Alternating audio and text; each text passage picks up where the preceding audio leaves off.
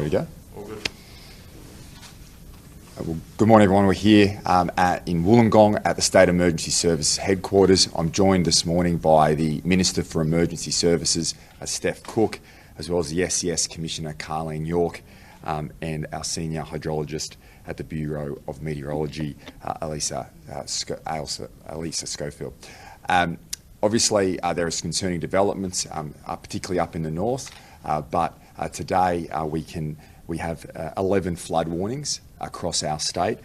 We have one evacuation warning in the Clarence River near Maclean, and in addition to that, one evacuation order for Tongolbum.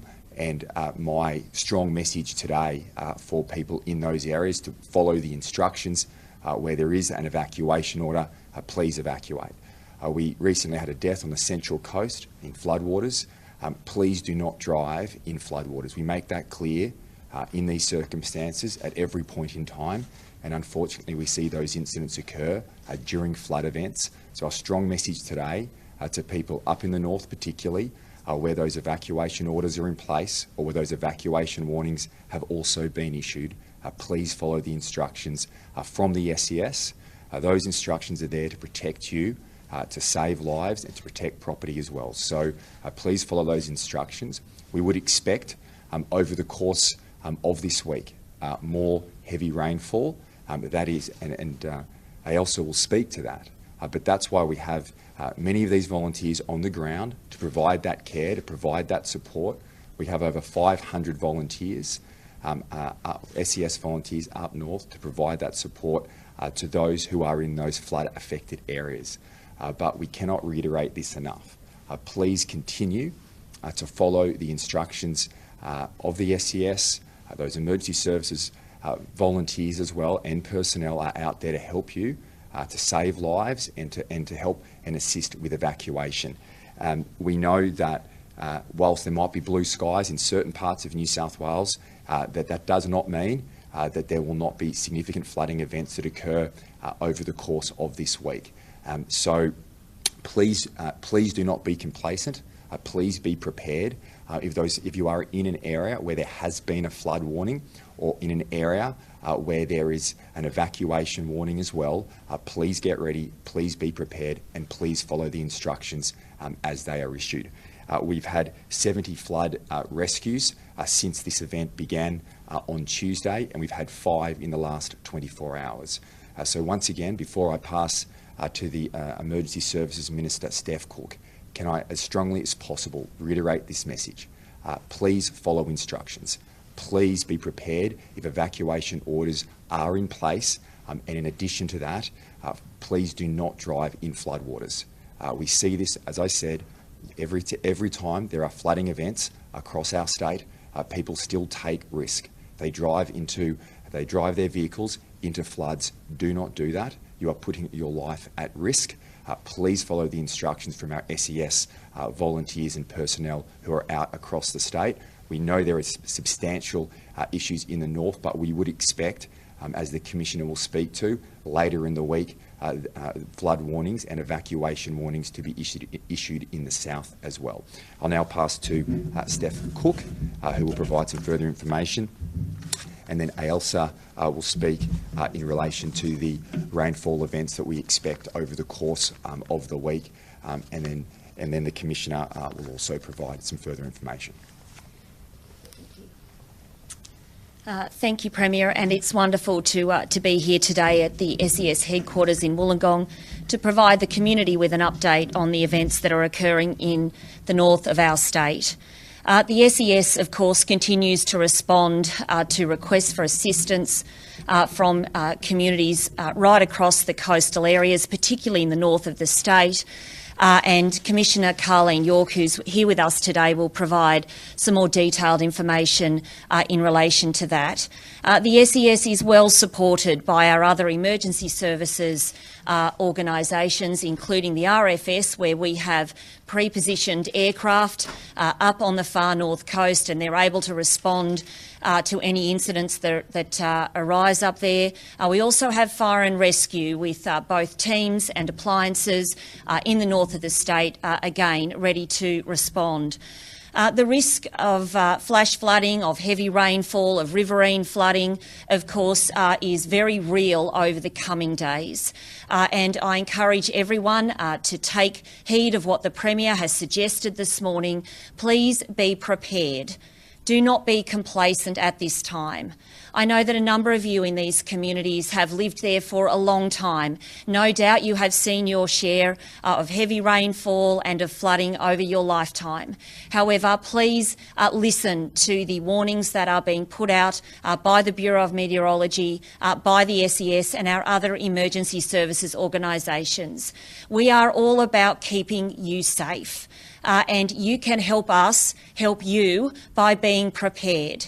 Make sure that your family is good to go should an evacuation order be issued. Ensure that you've got some basics prepared, whether that be your medications, your computers, mobile phones, chargers, dry clothes, those basics, just in the event that we do need to evacuate you from your community. Hopefully we won't, and if so, hopefully it will only be for a short time and without event.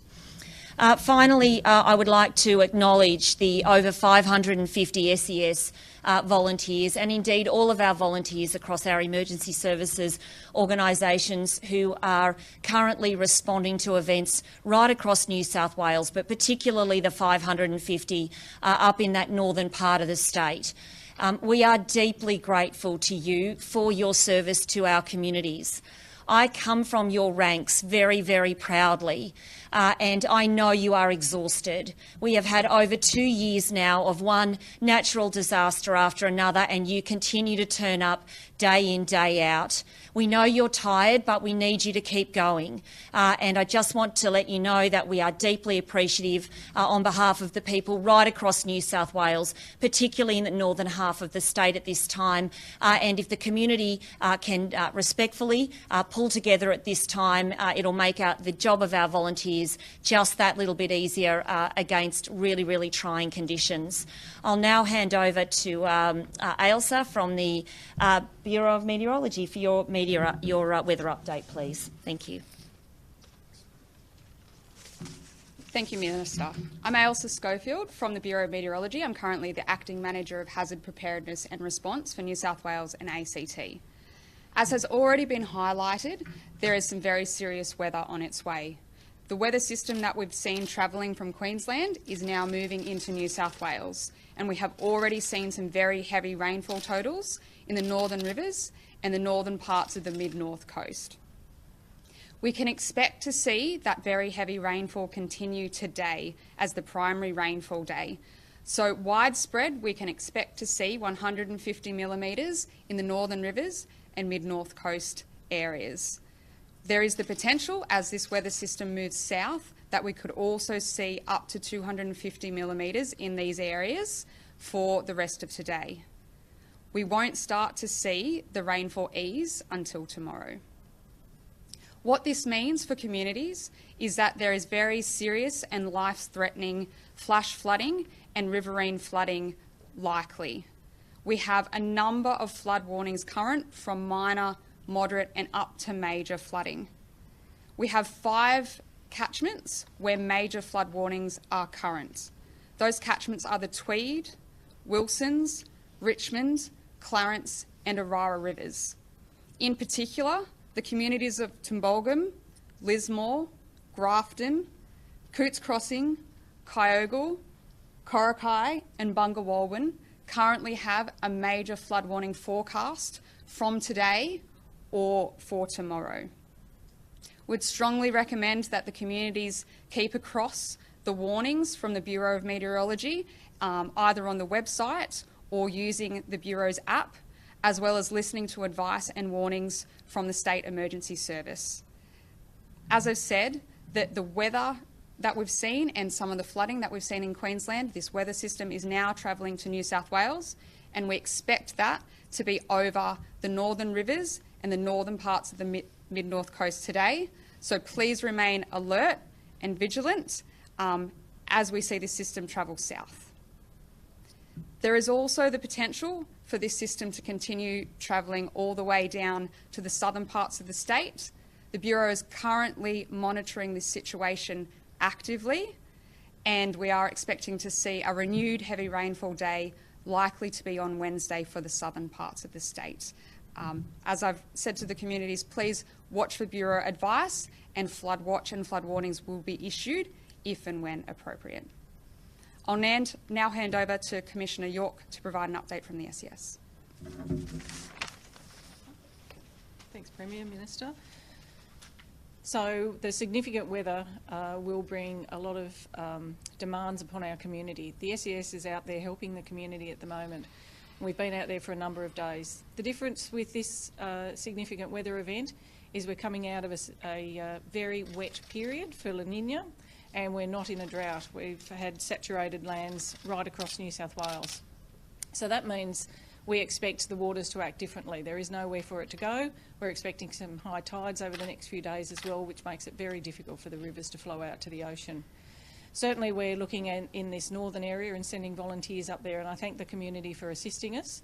We've had a lot of community members volunteer their own time to come in and help sandbag, and that really assists us in getting our SES volunteers out to respond to those community needs. Preparation is the key. Obviously we're talking about flooding, but there is a lot of damage that are done to homes because people haven't been prepared.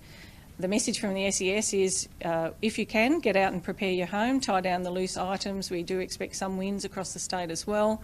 Clean out your gutters and make sure that you're not affected, because all those jobs come into the SES.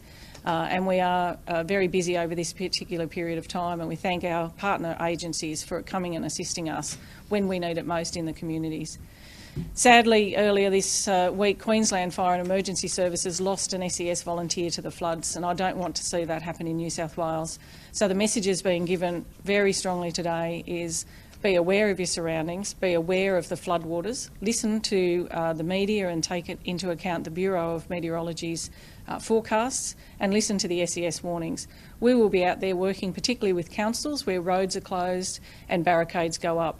Often during floods we see people drive around these barricades, they think they're in a larger vehicle and they think they can get through floodwaters, and that really risks their life and risks those volunteers who go out to save those people when they call for assistance.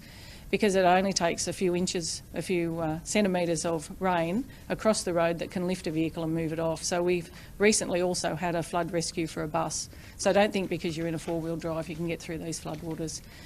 Heed the warnings that we give for the SES and keep safe, because we don't want to lose any more community members to this significant event.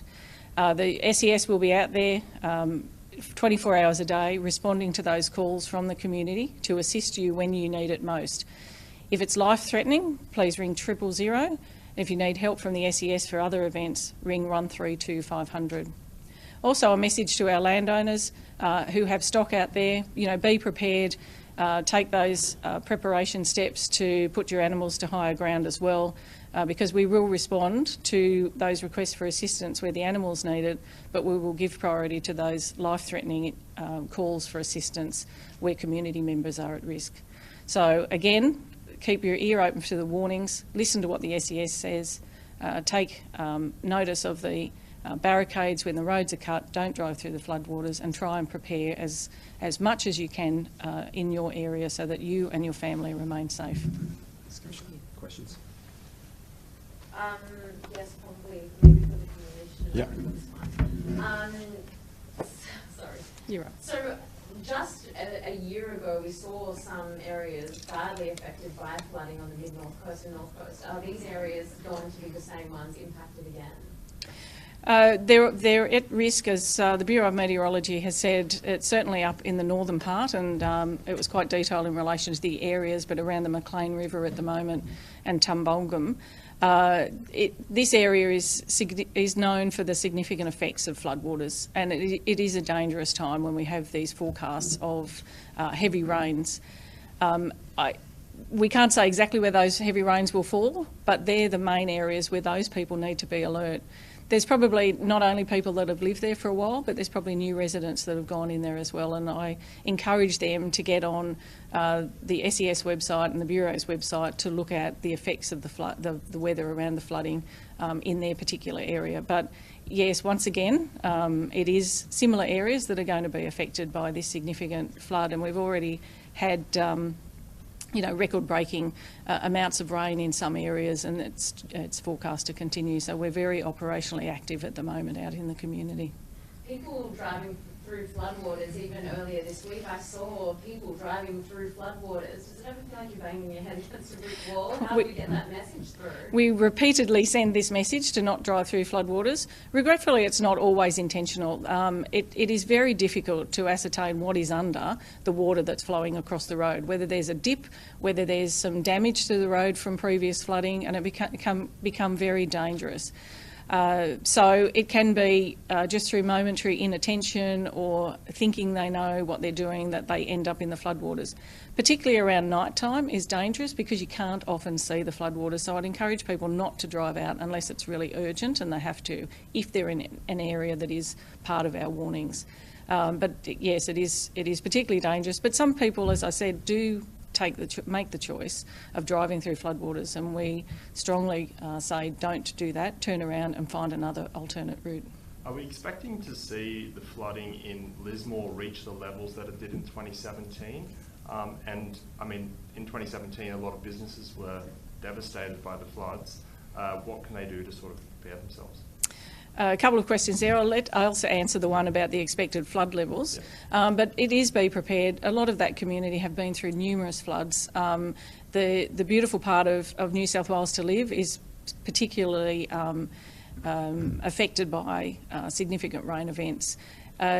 Sandbagging is an important thing, so go to your local SES unit. Anyone who can go in and assist us in that sandbagging to help other community residents would be greatly appreciated.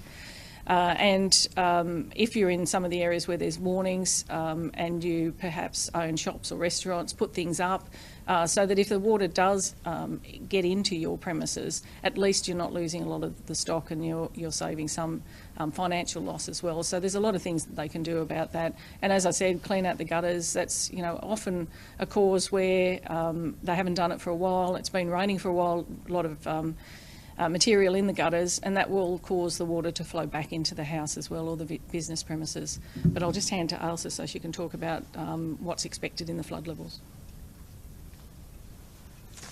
In terms of Lismore, the current forecast is for the river to reach the major flood level, and so that is below the flood levels that we saw in 2017 from the ex-tropical cyclone. There were substantial rainfall that fell in 2017. I believe they were around 700 mils for the event. We have not seen those rainfall totals in this area, but I would really like to stress that the rain that we've seen in Queensland has been torrential, and that system is moving to New South Wales. So the current situation is for major flooding to occur in Lismore, but we are actively monitoring the rainfall that falls and will provide any updated warnings if and when required. Elsa, you said the weather system might move to the southern part of the state. How far south could it go? So there's a low pressure system that we're expecting to travel down the state. At this point for New South Wales, we are looking at the south coast area, but we will continue to monitor that and track that system's progress. Just a question for Commissioner York. Are you able to tell us how many volunteers or how many units out of the area are being sent north to the Lismore area and around there?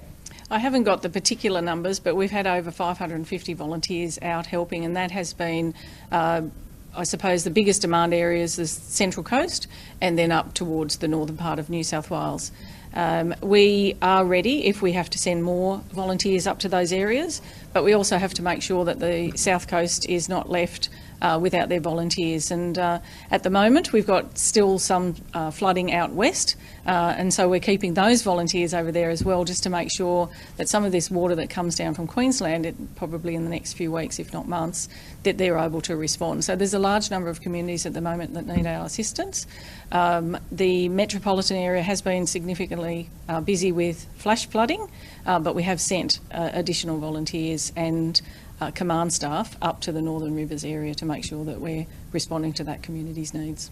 With the potential of more heavy rain moving south later in the week, as you mentioned, South Coast sort of needs to be on alert. Are units doing a lot of preparation to be prepared, you know, such as Shell Harbour yesterday was making tarps for roofs if needed, that sort of thing? Yeah, so the units on the South Coast are definitely into the planning stage now. We're working closely from headquarters with them, assessing what resources they will need, but also they're out there messaging the community and ensuring that the community is aware of the risk. And as the weather is forecast in the coming days becomes clearer, we will give additional messages out to the community and make sure that they're aware. So, but we do ask them to make sure that they keep in contact. We've got a lot of resources on the SES website, particularly about get ready animals, what to take in an evacuation if they need an emergency kit. And you know, lots of tips that can help them prepare, because that, as I say, preparation is the key. And we are preparing, and we're actively now working with the community on the South Coast as well. But that will increase as we get a clearer weather forecast. And just a question for Elsa. In regards to the weather pattern moving south, are there any particular areas that I guess would be more cautious or have more caution in regards to looking out for floodwaters such as Shoalhaven River or, you know, areas like that? So at this stage, as the system is broadly moving south, you can expect to see those impacts as it travels south. So right now we're assessing the risk, as has already been mentioned.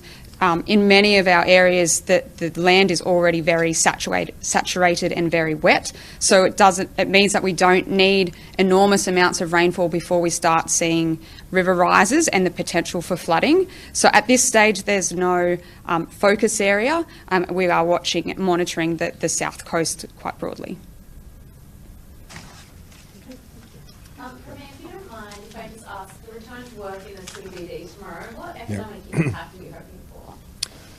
Well, obviously the Sydney CBD has done it very tough for the last 2 years, and after each outbreak, Alpha, Delta, we've seen a strong return to activity in the city, and that's incredibly important because when Sydney goes well, the state and the country goes well off the back of it. But ultimately now, with face masks being removed for the office, I think we will see a lot more people return to the city tomorrow, and not just the Sydney CBD, but here in Wollongong, in Parramatta as well, as people return to work. That's incredibly important, and that will spur economic activity and jobs in our cities. We've just finished a couple of weeks ago the Sydney Summit, the CBD Summit. We're working through the ideas that came through that and working very closely with the council to ensure that the cities are attractive places to come to. In addition to that, with the trains, and obviously we've seen difficulties with the trains last week. From today, the Sunday timetable is in operation, and from tomorrow the full timetable will be in operation across the city. So it's obviously a very pleasing sign to see people coming back to town, coming back to work. It's been a difficult 2 years for many, but there are very pleasing foundations here in our state. We saw after Alpha, when many jobs were lost, hundreds of thousands of jobs were lost across our city and state, and following Delta as well, all of those jobs were recovered. So it's incredibly pleasing to see, due to the efforts that people have made right across our state, we're getting back to the life that we love, if you love going to work. How are Sydney Trains able to run at a full timetable when there's industrial action still happening? Well, that industrial action is still happening and will provide some disruption, but ultimately the advice that we've received, and I want to thank Sydney Trains and the RTBU for the work that has been undertaken over the last few days to ensure as minimal disruption to the network as possible. As we've always said, where there are reasonable issues that can be determined, they will be. And we want to ensure that people, and as we've said over the course of last week, and will continue to say, our number one priority is commuter safety. And so we will continue to work through those issues with the unions, but ultimately I think it's a strong outcome today to see the Sunday timetable back and a full timetable commencing on Monday morning. How is it a full timetable though if there's going to be disruptions? Well, if there is an incident, it may take a bit more time to recover, but ultimately the timetable that will be in operation tomorrow will be the full Sydney train timetable. So with incidents, I mean, we've seen Sydney Trains often have issues when there is heavy rainfall. Yeah. Are you expecting that tomorrow with industrial action to make it work? Well, the advice we've received is that disruption should be minimal. And to be in a position where we have returned to the full timetable is incredibly pleasing as the unions and Sydney Trains continue to work through those issues. But obviously, you're at a good question. We are likely to see rainfall throughout the week. There would likely to be disruptions, but ultimately it's pleasing to see the full timetable is returned. Premier, have you received a response from the Prime Minister in regards to your letter about Ukrainian refugees, and how many refugees are you prepared to welcome to New South Wales? Well, we want to do whatever we can. I mean, this attack on Ukraine is an attack on freedom, democracy, and sovereignty, and we all have a stake in that. We all have a stake in that here in New South Wales and across the country. And just like we've done in the past, we are ready to provide any support on a humanitarian level that is required. And so obviously I'm in discussions with the Prime Minister, and it's obviously very early on in this conflict, but whatever support we can provide as we have in the past, New South Wales will do. And you know, our thoughts and prayers across our state for those families. I mean, the scenes that we're seeing are devastating, and you know, whatever support, as we have in the past, as I said, we will provide to help as many people get through this conflict as we can. Thank you. Thanks.